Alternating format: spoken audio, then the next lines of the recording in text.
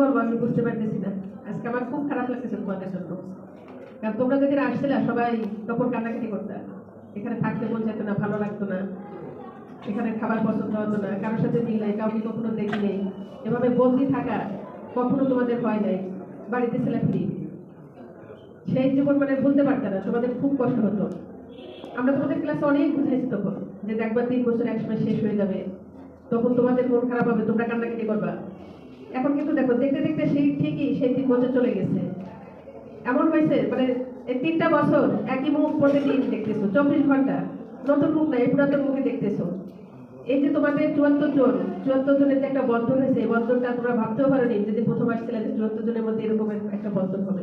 এখন সবাই কিন্তু খুব ভালো বন্ধুত্ব হয়ে গেছে। ভাই বোনের সাথেও কিন্তু এত কাছাকাছি থাকা হয় না, তাদের সাথেও কিন্তু এত সময় কাটানো হয় না যে সময়টা তোমাদের এখন কাটলো। এই 3 বছর চলে গেল।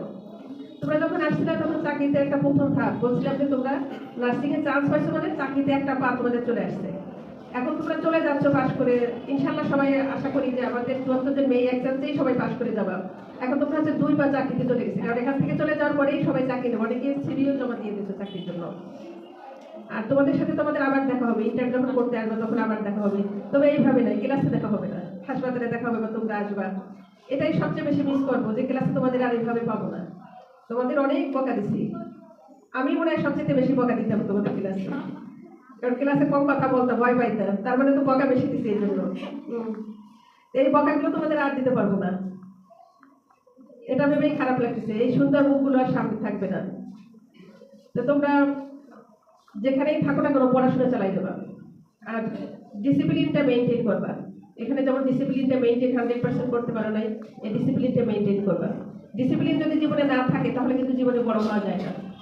কি বলছিলাম, জীবনে বড় হতে গেলে 3টা জিনিস লাগে না, একটা হচ্ছে ডিসিপ্লিন, আরেকটা কি বলছিলাম, ড্রিম থাকবে, স্বপ্ন থাকবো, যে পড়াশোনা থেমে থাকবে না, এবার বিএসসি করবা, মাস্টার্স করবা, পিএইচডি করবা। তারপরে ডেডিকেটেড হতে হবে, মানে কি রোগীর সেবায় নিজেকে উৎসর্গ করতে হবে, এমপ্যাথির সাথে মানুষকে কি নার্সিং কেয়ার দিতে হবে, তাই না? এই কথাগুলো সবসময় বলতাম না, এই কথাগুলোই মাথায় রাখতে হবে।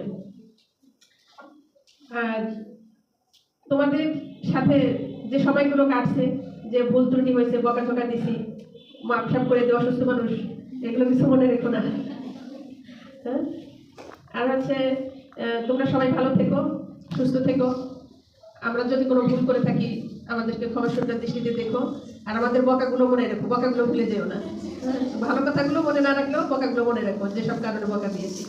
আর তোমাদের জুনিয়রদের সাথে তোমরা সবাই আন্তরিক হয়েও, যে কয়দিন আসো 6-7 দিন আসো তোমরা, এই মাসের আর 7 দিন আছে, 7 দিনের মধ্যে জুনিয়র যারা আছে তাদের সবার সাথে মিলেমিশে থেকো।